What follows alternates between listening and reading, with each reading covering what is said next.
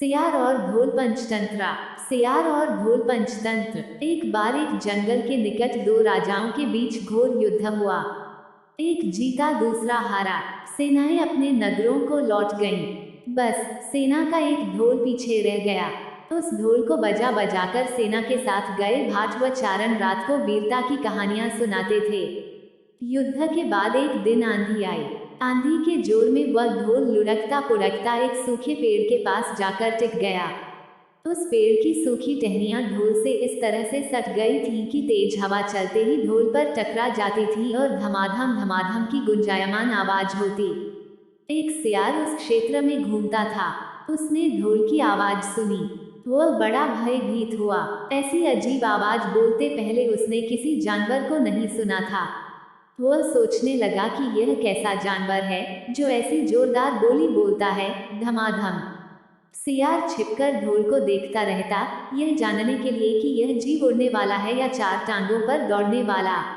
एक दिन सियार झाड़ी के पीछे छुपकर ढोल पर नजर रखे था।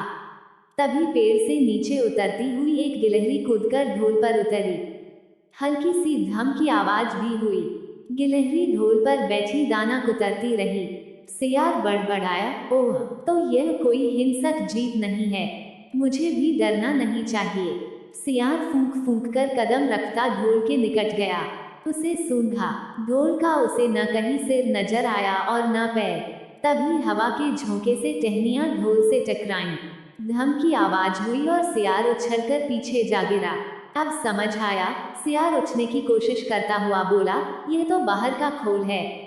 जीव इस खोल के अंदर है।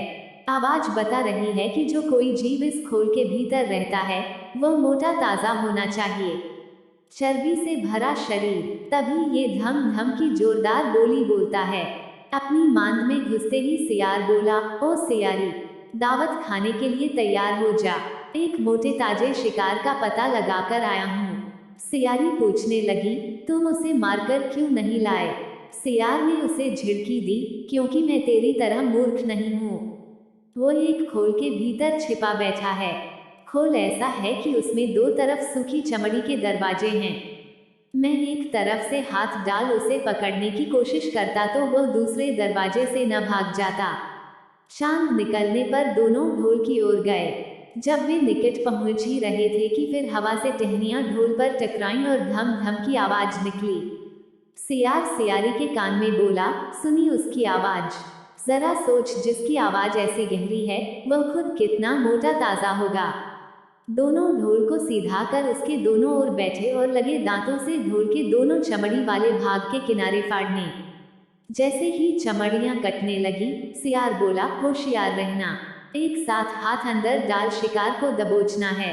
दोनों ने कू की आवाज के साथ हाथ ढोल के भीतर डाले और अंदर टटोलने लगे। अंदर कुछ नहीं था। एक दूसरे के हाथ ही पकड़ में आए। दोनों चिल्लाए, हैं, यहाँ तो कुछ नहीं है, और वे माथा पीट कर रह गए। सीख, बड़ी बड़ी शेखी मारने वाले लोग भी ढोल की तरह ही अंदर से खोखले होते हैं। यह कहानी सुनने के बाद पिंगलक ने कहा, भाई, मैं क्या करूं? जब मेरा पूरा परिवार और सभी साथी भयभीत होकर भागने पर तुले हैं तो अकेला मैं ही कैसे धैर्य से रह सकता हूँ? दमनक ने कहा, इसमें आपके सेवकों का क्या दोष है? जैसा मालिक करेगा वैसा ही सेवक करेंगे। तो भी आप तब तक यहाँ ठहरिए जब तक मैं उस आवाज के विषय में ठीक ठीक पता न लगा लूँ। पिंगलक ने आश्चर्य से पूछा, क्या तुम वास्तव में वहां जाने की सोच रहे हो? दमनक ने जवाब दिया, स्वामी की आज्ञा से तो योग्य सेवक कोई भी काम कर सकता है, चाहे उसे सांप के मुंह में हाथ डालना पड़े या समुद्र ही पार करना पड़े। राजाओं को चाहिए कि ऐसे ही सेवक को सदा अपने निकट रखें। पिंगलक ने कहा, अगर ऐसी बात है तो जाओ, भद्र, तुम्हारा मार्ग मंगलमय हो। दमनक उसको प्रणाम करके आवाज की दिशा में चल पड़ा। पिंगलक को पछतावा होने लगा कि मैंने बेकार ही दमनक की बातों में आकर उसे अपने मन का भेद बता दिया।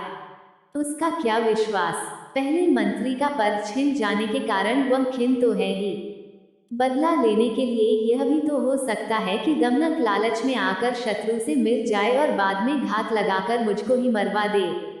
खैर, अब तो एक ही रास्ता है कि कहीं दूसरी जगह छिपकर दमनक के आने की राह देखी जाए।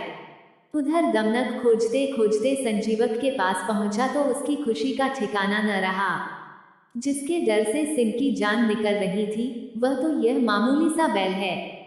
दमनक इस स्थिति से लाभ उठाने की सोचने लगा। अब तो इस बैल से संधि या विग्रह कुछ भी करके पिंगलक को सहज ही अपने वश में किया जा सकता है।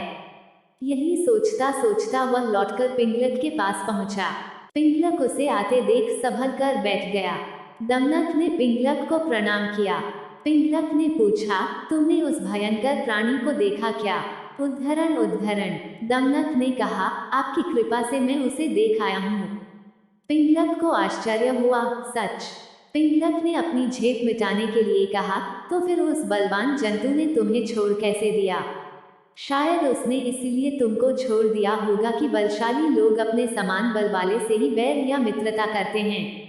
कहाँ वह महाबली और कहाँ तुम जैसा तुच्छ विनम्र प्राणी। दमनक ने मन का क्षोभ छिपाकर कहा, ऐसा ही सही, वह सचमुच है, बलशाली है और मैं एकदम क्षुद्र दीन प्राणी हूँ। तो भी यदि आप कहें तो मैं उसे भी लाकर आपकी सेवा में लगा सकता हूँ। पिंगलक ने चकित होकर कहा, सच कहते हो? ऐसा संभव है?